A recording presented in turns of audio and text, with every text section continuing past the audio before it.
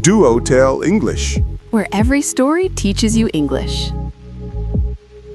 Hello everyone, and welcome back to DuoTale English. I am Marcus, and today Lena and I are taking you through a day in our life, step by step, phrase by phrase, from the moment the alarm goes off to the moment we close our eyes at night.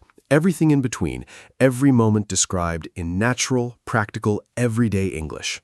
And I am Lena, and I love this episode so much because it is so immediately useful. Your daily routine is something you already live every single day. You know it better than any textbook topic. And if you can describe it in natural English, you have a complete, ready-made conversation topic that works anywhere, anytime, with any English speaker in the world. And that is exactly what today gives you. Not just phrases in a list, but a lived experience, described in real, flowing English that you can listen to, learn from, shadow, and adapt for your own life. We upload every single day. Subscribe and turn on notifications. And let us begin at 6:30 in the morning. Okay, 6:30 a.m. My alarm goes off, and the first thing I feel is a very specific, very quiet internal protest. No, not yet. Please no. And then I hit snooze. Just once. I give myself exactly 9 more minutes, which I am fully aware is completely irrational and does nothing to make me feel better, but psychologically feels like a small victory. He does this every day. He sets the alarm for 6:30, knowing he will hit snooze. He could simply set it for 6:39 and be done with it, but no, it has to be the snooze ritual.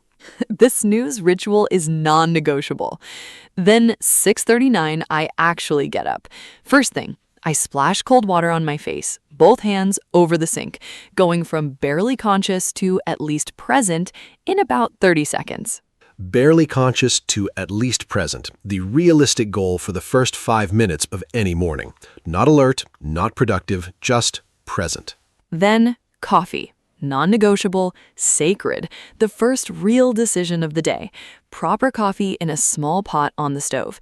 It takes about 4 minutes, and while it heats, I do absolutely nothing. No phone, no work thoughts. I just stand and watch the coffee and let my brain catch up with my body. Those 4 minutes, doing nothing, are genuinely some of my favorite minutes of the day. Let your brain catch up with your body. The morning lag. The body is up and vertical. The brain is still somewhere between sleep and consciousness, moving slowly, not quite arrived yet. And Marcus wisely gives it 4 minutes with the coffee pot to catch up. Then I sit down with the coffee and do my morning planning. I take out a physical piece of paper and write down the 3 most important things I need to do today. Not a full to-do list, 3 things. The 3 things that, if I do only these and nothing else, the day will have been successful. And I look at those 3 things while I drink my first coffee. By the time the coffee is finished, I know what the day is about. Key vocabulary. My alarm goes off, not rings, goes off. Hit snooze, press the delay button for more time. Non-negotiable, fixed, cannot be changed. Barely conscious, almost still asleep. Let my brain catch up with my body. Allow your mind to fully wake up. Morning planning, deciding your priorities ahead of time. And breakfast. I have a theory that disciplined people always eat the same breakfast every day. Your theory is entirely correct. Oats. Every single morning. Same bowl, same amount, banana on top, small drizzle of honey, 3 years. I know it sounds monotonous, but monotony at breakfast frees up enormous mental energy for things that actually require decisions. The oats are decided. Done. What else? The oats are decided. That tells you everything about how Marcus thinks. Very efficient, very Marcus. Yeah, exactly. And by 8:15, I'm at my desk, second coffee in hand, feeling genuinely ready to start the day. My morning. I wake up at 7. My alarm goes off, but I do not hit snooze. I lie there for a moment with my eyes open, doing absolutely nothing, just existing, transitioning slowly from sleep to wakefulness without sudden movements or decisions. I think of this as the soft start.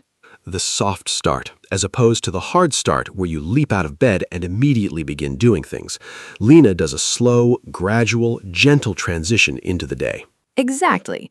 Then, before my phone, before anything digital, I write in my journal. 3 to 5 minutes of just writing whatever is in my head. Not structured, not meaningful, not coherent, just output. Clearing the overnight mental noise onto a page so my brain has room for useful thinking. I have tried journaling and I cannot do it. I sit down with the notebook and my brain immediately says, "What are we writing about?" And I have nothing.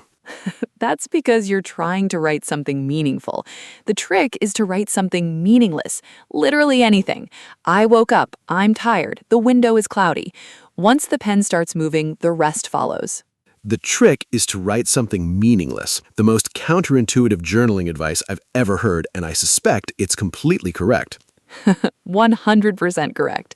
And after journaling, tea. Always tea. I know Marcus and I disagree, but tea in the morning is simply correct. Coffee is too harsh, too immediate. Tea is a conversation. Coffee is a command. Tea is a conversation, coffee is a command. I'm noting that as a genuinely poetic description. Note it. Then a proper shower, 10 to 15 minutes, because I do some of my best thinking in the shower. Problems solve themselves when the warm water is running and my conscious mind has relaxed its grip. It's the incubation effect. The unconscious mind works through problems while the conscious mind is otherwise occupied. And there is real science behind this. Warm water, physical relaxation, and a repetitive task create ideal conditions for unconscious problem solving. Shower thinking is real and research supported. By about 8:45, I'm at my desk, tea number 2 by my side, ready to think. 9 o'clock, work begins. For both of us, creating DuoTale English.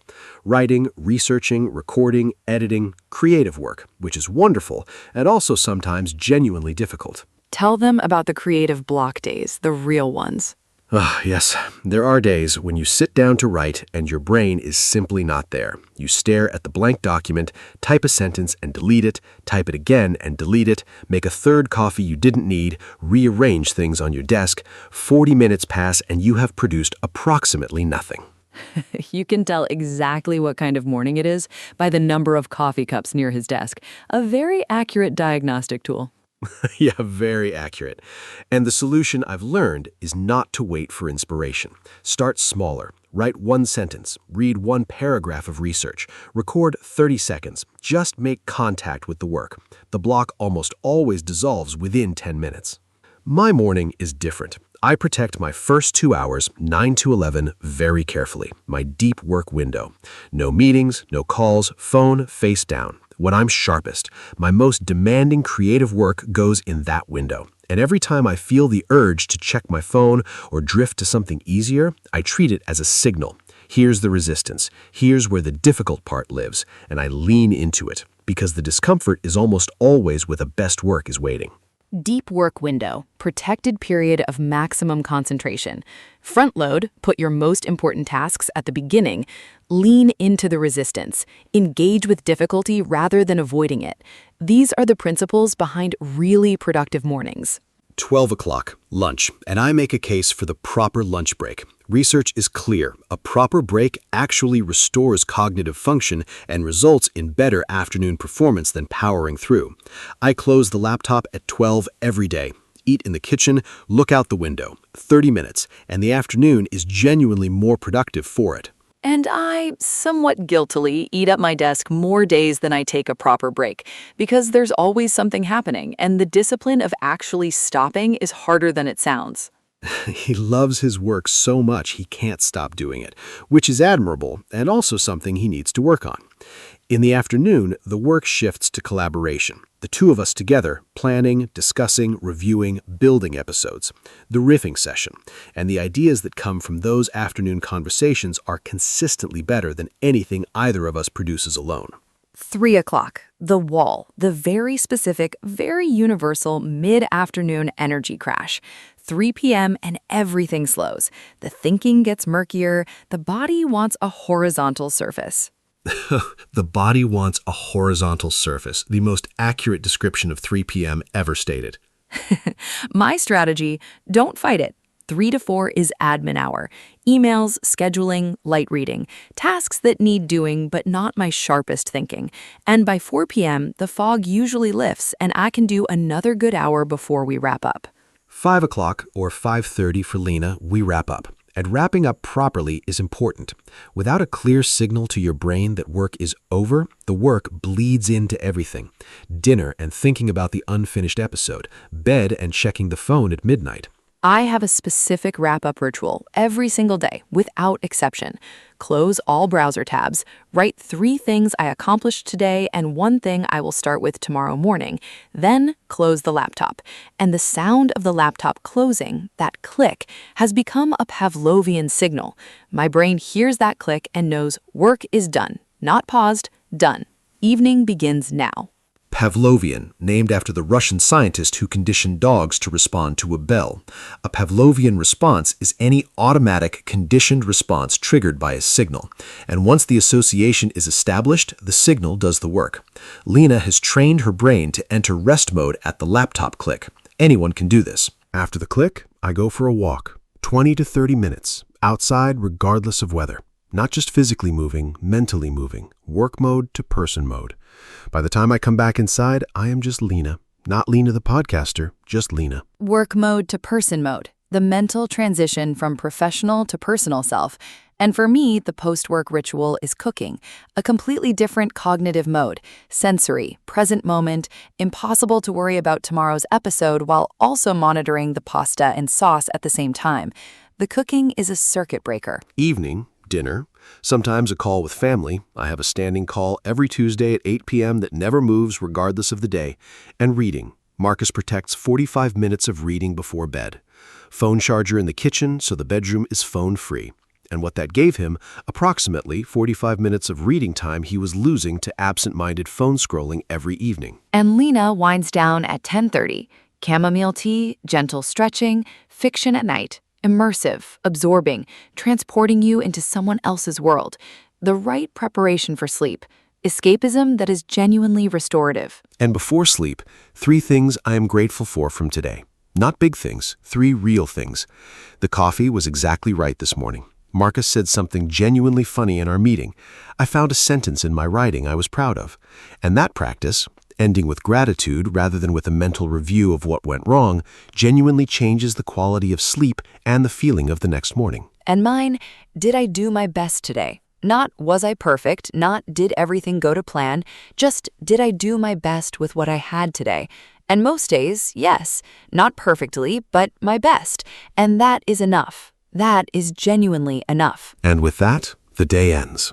And tomorrow, it starts again. And the oats are already decided. And the outs are always already decided. Good night, Marcus. Good night, Lena. Word expert. 12 daily life vocabulary words. Ritual. A meaningful, repeated sequence with personal significance. Say it. My morning ritual sets the tone for my whole day. Intentional. Done deliberately and with conscious purpose. Say it. I try to be intentional about how I spend my time. Transition. The process of changing from one state to another. Say it. My walk after work is my daily transition from work mode to person mode. Prioritize. Deal with things in order of importance. Say it. I prioritize my most demanding work in my best hours. Momentum. The force that builds from being in motion. Say it. Starting small gives me enough momentum to carry through. Sustainable. Able to be maintained consistently without burning out. Say it. I am building a sustainable daily routine. Deliberate. Done consciously and carefully with full intention. Say it. I make deliberate choices about where my attention goes. Boundary. A clear limit separating work time from personal time. Say it. I keep a firm boundary between work and rest. Recharge. Restore your depleted energy. Say it. Cooking dinner is how I recharge after the workday. Mindful. Fully conscious and aware in the present moment. Say it. I try to be mindful during my morning coffee. Fulfilling. Giving deep satisfaction and a sense of meaning. Say it. The days that feel most fulfilling are the ones where I was intentional with my time. Reflect. Think carefully and deliberately about experience. Say it. I reflect on 3 good things before I sleep every night. Shadowing. Repeat after me 3 times with your own details.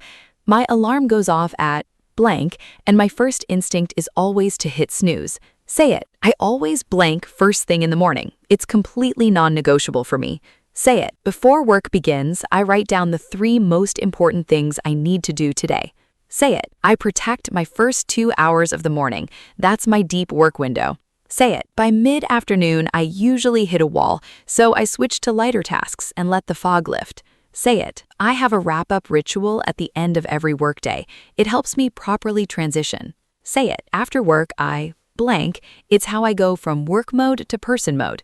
Say it. In the evenings, I usually unwind by blank. It's my way of recharging. Say it. I protect my reading time because I know the phone will fill it if I don't. Say it. Before I sleep, I think of 3 things I am grateful for from today. Say it. Days that feel most fulfilling are the ones where I was intentional with my time. Say it. Every day I actually live rather than just get through is a genuinely good day. Say it. That is episode 37. Our question, describe your typical day in English in the comments. Your real routine, morning to night. We read every comment and reply every day. We upload every day. Episode 38 tomorrow, dating and relationships in English. Goodbye. Bye, everyone. Describe your day in English in the comments. See you tomorrow. Bye, Lena. Bye, everyone. And remember, the oats are already decided. Bye.